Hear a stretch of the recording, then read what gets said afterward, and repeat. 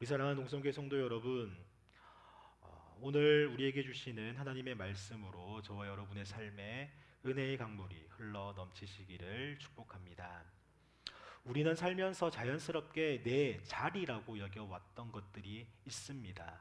시간을 들여서 준비를 했고 또 주변 사람들도 당연히 여러분의 것입니다 라고도 말해주는 그런 자리가 있습니다. 그런데 만약 어느 날 마음 깊은 곳에서 이 자리는 내 것이 아닐지도 모른다라는 그런 깨달음이 또 다가올지도 모를 것 같습니다. 만약에 그런 마음이 다가온다라면은 여러분은 어떻게 하시겠습니까? 내 자리인 줄 알았는데 내 자리가 아니다라는 마음이 들 때. 이 질문은 가상의 상상이 아닙니다. 오늘 우리가 만나는 한 사람, 바로 왕의 아들이었던 요나단이 평생 가슴에 안고 살아야 했던 질문이었습니다. 성경은 요나단을 아름다운 우정의 인물로만 소개하지 않습니다. 이 장면을 통해서 하나님의 선택을 알아보는 믿음, 곧 분별이 무엇인지를 우리에게 보여줍니다. 오늘 우리는 이 요나단의 선택을 따라가면서 믿음이란 무엇인가를 다시 한 번 더 묻고자 합니다. 이제 그 이야기의 자리로 함께 들어가 보도록 하겠습니다. 사무엘상 18장 1절에서부터 4절은 다윗과 요나단의 관계를 설명하는 본문이지만 이 장면은 아무 맥락 없이 갑자기 등장하지 않았습니다. 이 본문은 사무엘상 17장 곧 다윗과 골리앗의 전쟁 직후에 이어지는 이야기입니다. 이스라엘은 블레셋과의 전쟁에서 패배감에 사로잡혀 있었고 또 사울과 군대는 거인 이 골리앗 앞에서 아무도 앞으로 나서지 못한 채 진영에 머물러 있었습니다. 그때 아직 군인이 아니었던 한 소년 다윗이 등장을 합니다. 그는 왕의 갑옷도 입지 않고 전쟁의 경험도 없었으며 오직 여호와의 이름으로 골리앗 앞에 섭니다. 그리고 전쟁은 이스라엘의 전략이나 사울의 지휘가 아니라 다윗의 고백과 하나님의 이름으로 끝이 납니다. 전쟁이 끝난 뒤 다윗은 사울 앞에 불려옵니다. 사무엘상 18장 1절은 바로 그 순간을 이렇게 시작합니다. 다윗이 사울에게 말하기를 마치매. 즉 요나단과 다윗의 만남은 전쟁 후의 축제 자리도 아니고 사적인 우정의 시작도 아니었습니다. 이 만남은 왕의 앞에서 전쟁의 결과가 막 드러난 그 자리에서 이루어집니다. 이 자리에 있었던 사람들은 모두 긴장 속에 있었습니다. 사울은 자신의 왕권을 대신해 싸운 이 한 소년을 바라보고 있었고 요나단은 그 전쟁을 지켜본 왕의 아들로서 그 자리에 서 있었던 것입니다. 요나단은 이미 블레셋과의 전쟁에서 바로 믿음의 싸움을 해본 경험이 있는 사람입니다. 그는 이전에 여호와께서 우리를 위하여 일하실 수 있지 않겠는가라고 말하며 소수로 전쟁에 나섰던 인물이기도 합니다. 그 요나단이 이제 다윗의 말을 듣습니다. 그리고 성경은 이 만남의 결과를 이렇게 기록합니다. 요나단의 마음이 다윗의 마음과 하나가 되었다. 이 문장은 요나단의 감정을 설명하기 전에 두 사람의 신앙 언어가 같은 자리에 서 있었음을 보여줍니다. 이어서 성경은 요나단이 다윗에게 겉옷과 군복, 칼과 활과 띠를 주었다고 기록합니다. 이 행동이 일어난 시점은 다윗이 아직 왕이 되기 전이었고 또 사울이 여전히 왕으로 자리에 있던 때였습니다. 따라서 이 장면은 왕권이 공식적으로 이동한 장면이 아니라 왕궁 안에서 처음으로 방향이 드러난 순간입니다. 무슨 말이냐면 왕권의 이동은 힘이 아니라 분별로 시작이 되었다는 것입니다. 즉 사무엘상 18장 1절에서부터 4절 오늘 본문은 이야기의 흐름만 놓고 보면은 굳이 없어도 될 수 있는 그런 장면처럼 보입니다. 전쟁은 이미 끝났고 다윗의 승리는 분명했으며 사울의 왕권이 곧 흔들리기 시작했다는 사실도 이후 본문들에서도 충분히 드러납니다. 그런데 성경은 왕권의 이 갈등이 본격적으로 폭발하기 전에 아주 짧지만 결정적인 장면 하나를 먼저 삽입했던 것입니다. 그것이 바로 요나단과 다윗의 만남입니다. 성경은 왜 이 장면을 이 시점에 그리고 이 위치에 기록했겠습니까? 정경이 기록되던 당시에 이 장면을 기록한 이유는 분명합니다. 성경은 왕권의 이동이 단순한 정치적 경쟁이나 힘의 논리로 보이는 것이 아니라 그것을 의도적으로 막고 있었다는 것입니다. 즉 사울에서 다윗으로 이어지는 이 왕권의 흐름을 강한 자가 약한 자를 밀어낸 결과로 읽을 수 있도록 두지 않았다는 것입니다. 그러니까 사울이 점점 약해지고 다윗이 강성해져 가지고 그 왕권이 자연스럽게 강한 사람으로 이어졌다는 것이 아니라는 것입니다. 즉 성경은 사울의 몰락 이야기보다 먼저 다윗의 성공 이야기보다 앞서서 이 요나단의 이 분별을 먼저 기록한 것입니다. 요나단은 사울의 적이 아니었습니다. 오히려 사울의 아들이었고 장남이었고 그렇다고 다윗의 경쟁자도 아닙니다. 그는 왕권의 한복판에 서 있었던 사람이며 그 누구보다도 자신의 상황을 정확하게 볼 수 있었던 인물입니다. 그런데 정경은 이 요나단을 통해서 이 질문을 던지고 있었던 것입니다. 하나님의 선택은 언제 어떻게 알아보아지는가? 그리고 그 대답을 전쟁의 승패나 민심의 변화에서 찾지 않습니다. 요나단은 다윗이 승리했기 때문에 인정한 것이 아닙니다. 성경은 또 그 순서를 그렇게 기록하지 않습니다. 요나단은 다윗의 말을 들었고 또 그 말 속에서 자신이 알고 있던 하나님을 보았던 것입니다. 그리고 그 고백의 방향이 자신과 같다는 것을 분별합니다. 그래서 성경은 요나단의 마음이 다윗의 마음과 하나가 되었다라고 말합니다. 이 표현은 감정적 친밀함을 강조하려는 문장이 아니라 신앙의 방향이 일치했음을 보여주는 신학적 진술이 바로 요나단의 마음과 다윗의 마음이 하나가 되었다는 것입니다. 이어서 기록된 이 겉옷과 무기, 띠를 내어주는 장면은 단순한 우정의 상징이 아니라 먼 훗날 다윗이 사울의 왕권을 강탈했다는 것이 아니라 이미 사울의 뒤를 이어서 왕이 될 요나단으로부터 그 왕권이 이양되었다라는 것을 이 분별을 통해서 준비되었음을 보여주는 상징이었던 것입니다. 특히 중요한 점은 이것입니다. 요나단은 아직 아무것도 읽지 않은 상태입니다. 여전히 왕자였고 사울 뒤를 이어서 왕이 될 수 있는 사람인데 이 행동을 했다는 것입니다. 요나단은 다윗과의 언약을 맺고 자신의 겉옷과 군복과 칼과 활과 띠를 벗어줍니다. 이 장면은 굉장히 상징적입니다. 바로 왕자의 옷과 무기를 벗는다는 것은 자신의 미래, 자신의 권리를 내려놓는 행위입니다. 요나단의 분별은 그래서 차가운 지적 판단이 아니었습니다. 그것은 자신이 무엇을 포기하고 있는지를 너무나도 정확히 아는 상태에서의 선택이었던 것입니다. 그래서 우리는 여기서 요나단의 마음을 조금 더 들여다볼 필요가 있습니다. 오늘 본문에서 다윗은 왕국의 시작을 말하는 본문이 아닙니다. 그렇다고 왕국의 흐름이 어디로 향하고 있는지를 처음 보여주는 장면으로 이야기 속에 자리 잡고 있다는 것입니다. 이미 다윗 그리고 그에게는 그러다 보니 이 요나단에게 어떻게 인간적으로 따지고 본다면은 이 다윗에게 질투가 없었겠습니까? 그리고 흔들림 또한 없었겠습니까? 아버지 사울은 요나단을 기대했을 것입니다. 자신의 왕위를 이어서 요나단이 왕이 될 것이라는 것. 그런데 자신의 그 미래를 다 내려놓는 일이 정말로 쉬웠겠습니까? 요나단의 머리는 너무나도 분명했기 때문에 그의 가슴이 치러야 할 고통은 더욱 컸을지도 모릅니다. 바로 그 고뇌의 깊이가 그의 믿음이 얼마나 값비싼 것이었는지를 우리에게 보여주고 있습니다. 왕위에서 밀려난 뒤가 아니라 쫓겨난 뒤도 아니고 아직 왕자의 자리를 충분히 누릴 수 있을 때 바로 이 선택을 했다는 것입니다.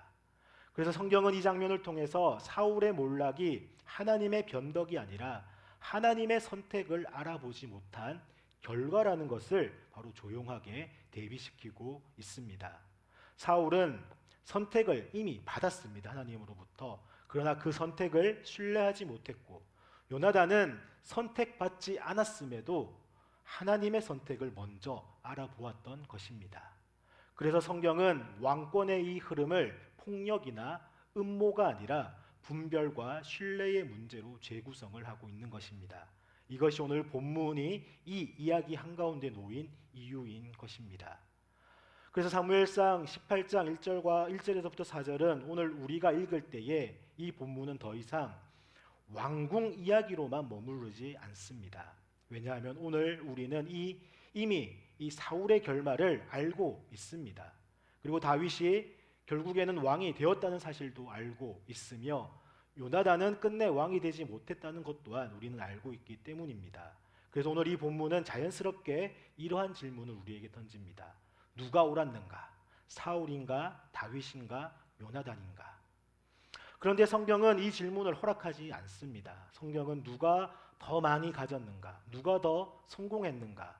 누가 끝까지 자리를 차지했는가라는 것으로 믿음의 기준을 삼지 않습니다. 대신 성경은 누가 하나님의 선택을 알아보았는가라고 하는 질문으로서 오늘 저와 여러분의 시선을 옮겨 놓는 겁니다. 즉 오늘 우리는 대부분 사울의 자리도 아니고 그렇다고 다윗의 자리도 아닙니다. 우리는 요나단의 자리에 더 가깝다는 것입니다.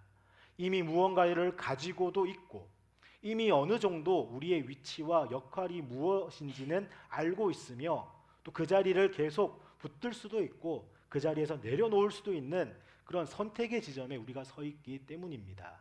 그래서 이 본문은 왕이 되는 사람에게 주어진 말씀이 아니라 왕이 되지 않더라도 왕이 되지 않아도 되는 그 사람에게 주어진 말씀이라는 겁니다. 요나단은 패배를 해서 물러난 사람이 아니라 쫓겨나서 뒤로 밀린 사람 또한 아닙니다. 그는 아직 아무것도 잃지 않은 그 상태에서 하나님이 이미 어디로 일하고 계신지를 보았고 또 그 방향으로 스스로를 조정했던 사람이 바로 요나단입니다. 그래서 요나단의 이 선택은 자기를 포기하는 것이 아니라 하나님의 선택을 더욱더 신뢰하는 믿음의 응답이라는 것입니다. 오늘 우리의 자리도 그렇습니다. 하나님은 언제나 우리가 쥐고 있는 것을 빼앗는 방식으로 일하지 않습니다. 오히려 우리가 무엇을 붙들고 있어야 하는지 또 무엇을 우리가 내려놓아야 하는지 그것을 분별하게 하는 방식으로 저와 여러분의 믿음을 하나님의 그 자리로 부르고 계십니다. 사울은 선택은 받았음에도 끝까지 그 선택을 신뢰하지 못했다라고 했습니다. 그러나 요나단은 선택을 받지 않았습니다. 그러나 하나님이 선택한 것이 무엇인지를 먼저 알아보았던 인물입니다. 그래서 성경은 성공의 이야기가 아니라 바로 분별의 이야기를 오늘 우리에게 들려줍니다. 그래서 오늘 이 본문 앞에 선 저와 여러분은 이제 이렇게 서 있습니다. 무엇을 더 얻을 것이라는 것을 묻는 자리가 아니라 하나님이 이미 일하고 계신 그 방향이 어디인지를 묻는 자리에 있어야 할 것입니다. 요나단은 왕이 되지 않았습니다. 그러나 성경은 그를 실패한 인물로도 기록하지 않습니다. 요나단은 하나님이 세우시는 그 역사를 알아보고 자신의 자리를 내려놓은 사람으로 기억이 됩니다. 그래서 오늘 우리는 이 요나단의 이야기를 읽으면서 자연스럽게 그의 자리에 한번 서게 될 겁니다. 내가 준비해온 자리, 그리고 내가 붙들고 싶은 역할이 있고 내가 포기하기 어려운 그 미래의 앞에서 나는 무엇을 과연 보고 있는가? 하나님이 이미 일하고 계신 방향을 나는 알아보고 있는가? 그리고 이 질문은 자연스럽게 우리를 기도의 자리로 데리고 갑니다. 그렇다면 이토록 고독하고 무거운 선택을 했던 이 요나단의 곁에는 하나님은 과연 무엇을 하고 계셨습니까? 성경은 이 장면에서 하나님의 음성을 직접 들려주지는 않습니다. 그러나 그 침묵 속에서도 하나님은 가장 적극적으로 일하고 계셨습니다. 요나단의 이러한 분별과 그리고 내려놓음을 통해서 하나님은 선택한 다윗이 걸어가야 할 길을 조용히 여셨던 것입니다. 왕권의 이동은 힘의 충돌로 시작되지 않았습니다. 한 사람의 분별과 순종을 통해 이미 시작이 되고 있었습니다. 그래서 오늘 본문에서 하나님은 눈에 띄는 방식으로는 등장하지 않습니다.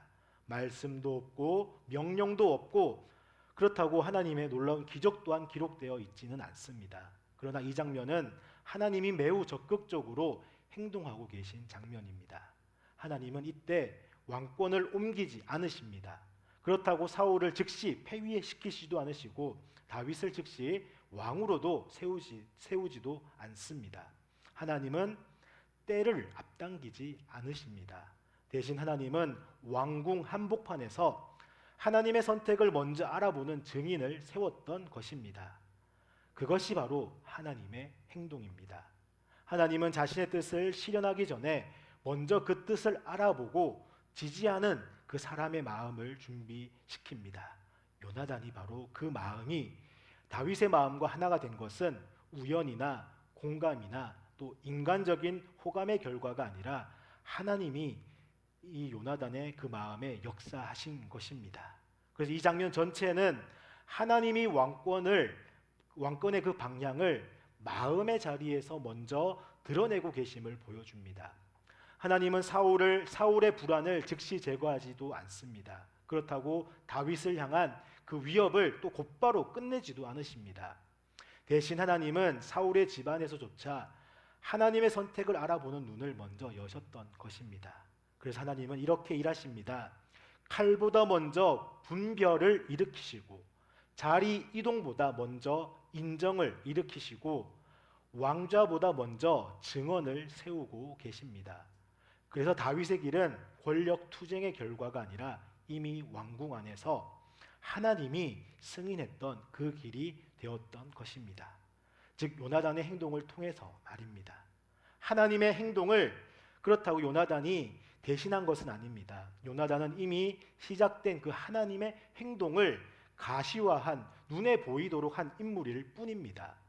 하나님은 하나님의 선택을 혼자 주장하지 않습니다. 즉 사람의 마음 안에서 그 선택이 먼저 고백되도록 일하고 계십니다. 오늘 이것이 매우 중요합니다. 즉 하나님은 역사를 단번에 뒤집는 방식보다는 역사를 누군가로부터의 증언을 통해 움직이시는 방식으로 하나하나씩 이루어 가신다는 것입니다. 그래서 하나님은 다윗을 보호하시기 전에 이 요나단을 준비시키셨고 또 사울의 폭력을 꺾기 전부터 사울의 집안에서부터 다른 방향으로 하나님의 일들을 이루어 가고 계셨던 것입니다. 오늘 우리가 이 본문을 읽는 자리에서도 하나님의 행동은 동일합니다. 하나님은 기존의 질서를 즉시 무너뜨리시기보다는 그 질서 안에서 먼저 하나님의 선택을 알아보는 사람을 일으키고 있다는 것입니다. 하나님은 불안을 제거하는 방식으로도 역사하지 않습니다. 오히려 불안 한가운데에서 하나님의 뜻을 신뢰하는 증인을 세우심으로 하나님의 구원의 역사가 어떻게 흘러가는지를 보여주고 또 이어가시는 겁니다. 요나단은 바로 이 하나님의 계획을 그렇다고 또 앞당긴 사람이 아닙니다. 그러나 요나단은 하나님의 계획을 결코 막는 사람 또한 아니었습니다. 이것이 오늘 이 본문을 통해 드러난 하나님의 행동입니다.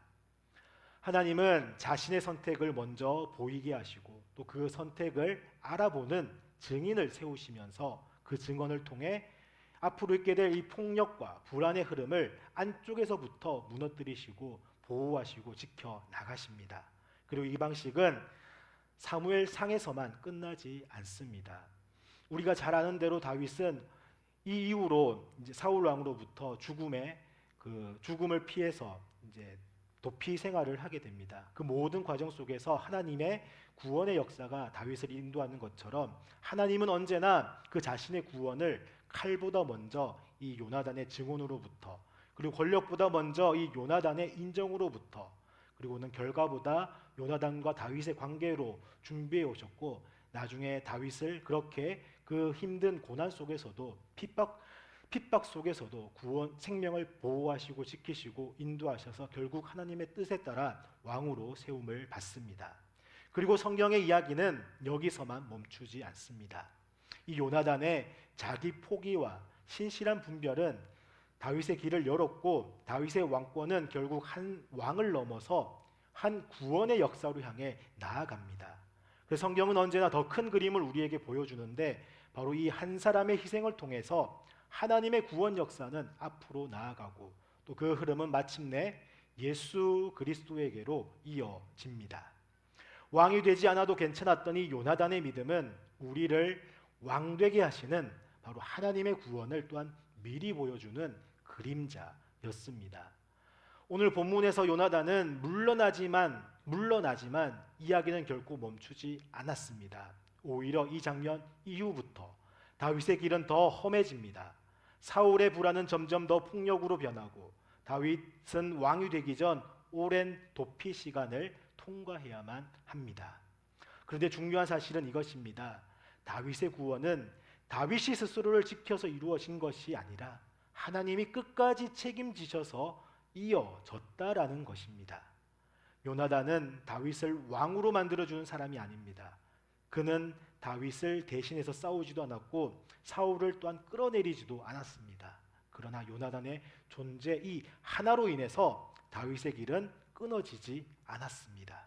하나님은 요나단을 통해 이 다윗의 도피의 길을 열어주고 또 사울 집안에서조차도 다윗을 보호하는 그런 통로로 남겨두십니다. 이것이 하나님의 구원의 방식입니다.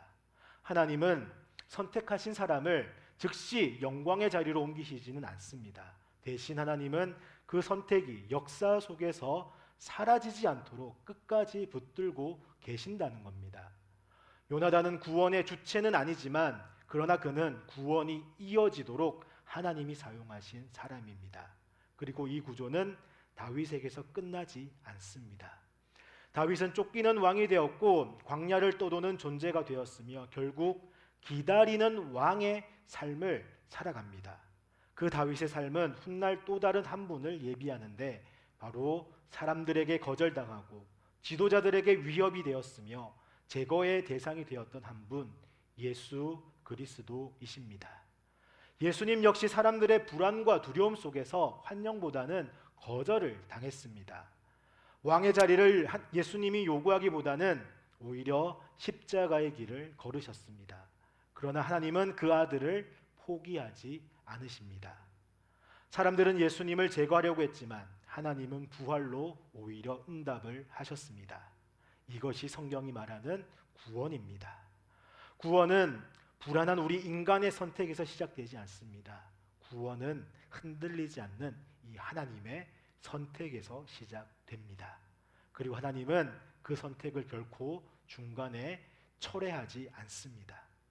사울이 불안 속에서 다윗을 제거하려고 할 때에도 하나님은 다윗을 지키는 쪽으로 행동하셨고, 사람들이 예수님을 십자가에 못 박았을 때에도 하나님은 오히려 부활로 하나님의 그 선택을 확증하셨습니다.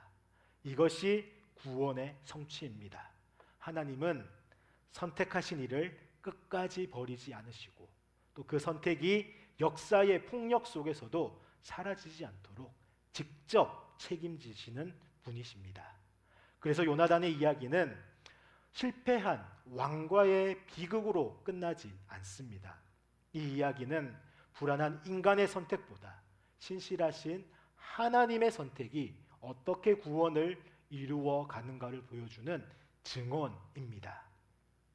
오늘 우리가 이 말씀 앞에 서 있을 때에 구원은 오늘 우리에게 이렇게 선포됩니다.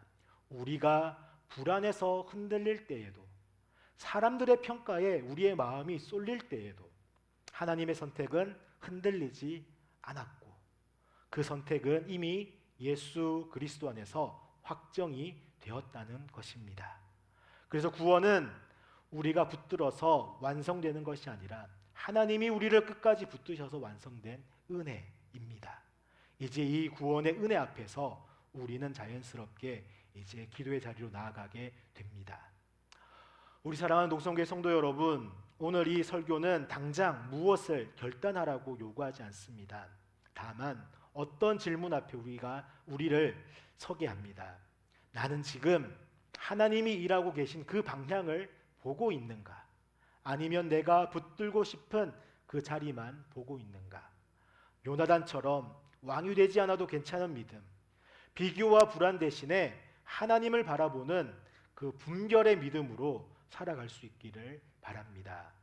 이 질문을 오늘 하루 그리고 이번 주 한 주 답하려고 애쓰기보다는 우리 하나님 앞에서 그대로 가지고 나아가며 오늘을 살아가는 저와 여러분이 되시기를 주님의 이름으로 축복합니다. 이제 오늘 들려진